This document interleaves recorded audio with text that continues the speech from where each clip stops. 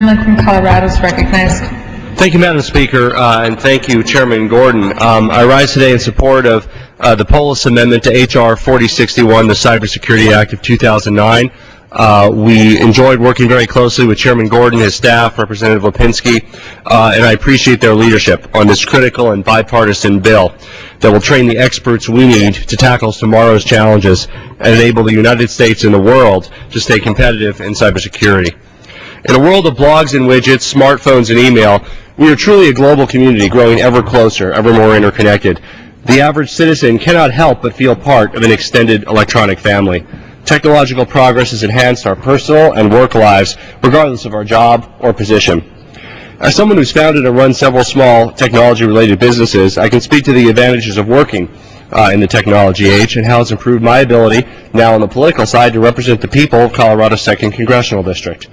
My amendment expands the proposed internship opportunities available to participants in the Federal Cyber Scholarship for Service program to include placements in the private sector.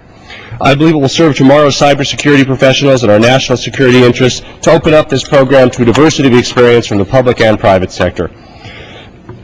It can also provide the abundance of small, medium, and large businesses that help make up our nation's economy with an additional workforce. My district is a great example of where institutions of higher education, small business, and the federal government cooperate to benefit one another and the rest of the nation.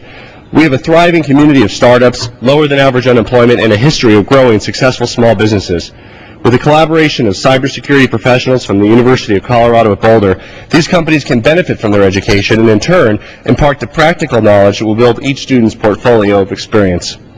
Having gained and growing from these experiences, I'm positive that their education in the private sector will help promote unique solutions to daunting tasks during their time in the federal government. What originally seemed like a strategy only applicable to small high-tech companies in Boulder can now serve as a useful tool when confronted with the task of fending off cyber attacks from nation-states or rogue individuals. The state of cybersecurity is fast becoming one of the greatest challenges of the 21st century. It's apparent that despite increased spending on research and development, our technological infrastructure is still vulnerable. China's recent intrusion into Google's operations should serve as a call for preparedness to both the private sector and the federal government. This past May, President Obama's cyberspace policy review highlighted the importance of developing partnerships between the federal government and the private sector.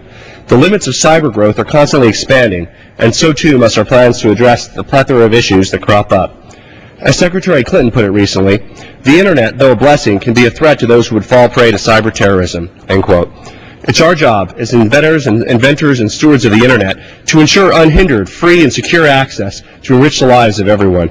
By boosting our training capabilities, we're helping ensure a safe and free Internet experience. This amendment helps to guarantee that we're addressing the long-term challenges inherent to cybersecurity. It'll create ties with the private sector and cultivate a workforce for the future. Madam Speaker, this amendment and this bill are critical to protecting our nation's sensitive information and ensuring our cybersecurity. I'd like to ask unanimous consent to advise and extend my remarks. Without objection. And I appreciate the committee on the whole for accepting this amendment and Chairman Gordon for offering it. I yield back.